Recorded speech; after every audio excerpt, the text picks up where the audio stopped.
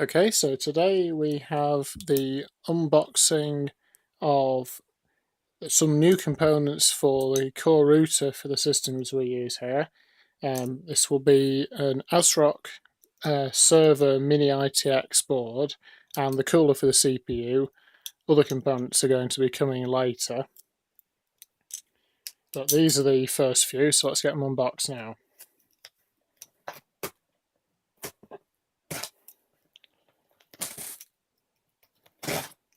As with all Amazon boxes, they're very well stuck up with this fabric reinforced tape.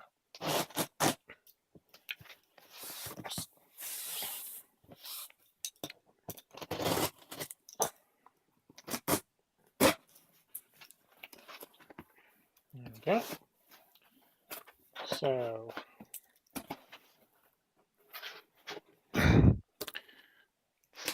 packing paper, good to see because that's recyclable.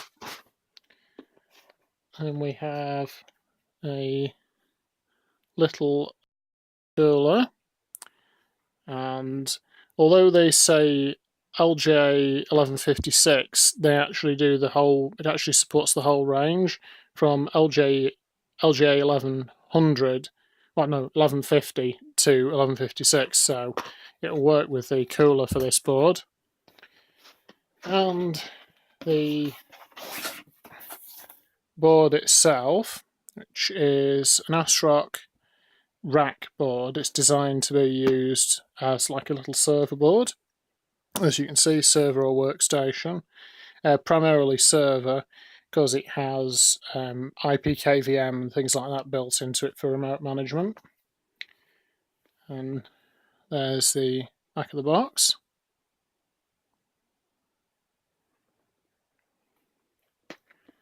So I will move over to looking at the little cooler. And this is the unit. And what's very, very, very important when you are mounting a cooler inside a 1U chassis, which this server is going to be in, is you have to remember that the space, height space, is at a very, very big premium. So this cooler should probably be okay, but you have to be very careful, especially with 1U cases. You've got a bit more leeway on a 2U case, but most of these are going to be put in 1U cases, so it's always worth getting low profile coolers for them. And as you can see, it comes with pre-applied thermal paste on the bottom there. I've actually got some Arctic Silver on order. That's one of the components that will be coming, so I'll be cleaning that off using the Arctic Silver cleaning kit, which is going to come with it. I'll be putting that on there because it's got better thermal transfer. So let's get the server box opened.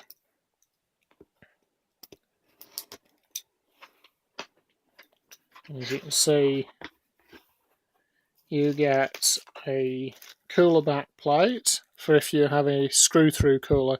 That one's a pin-type cooler, it just plugs into the board. You've got a I/O shield.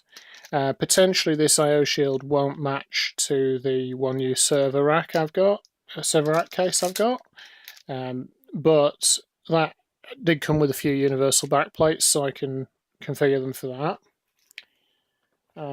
And you got the manual, which by the looks of it also has a CD.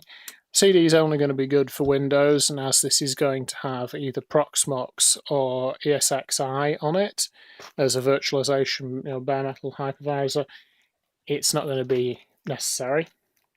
You also get some latching SATA cables. These are good because they don't just pull out randomly. You get a few of those. 4 of them actually. Yeah.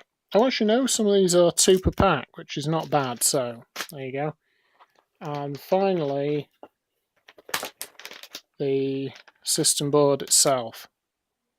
So there's the system board, and as you can see, it's very well packed with the anti-static bag on it, and of course all the notes there, along with things like MAC addresses for varying things on there, which is very important for that server board, so you can pre-configure routers to go, well, use that MAC address for that particular IP address, then it all just configured through your router. And so, yeah, that's it. That concludes this part of the unboxing of the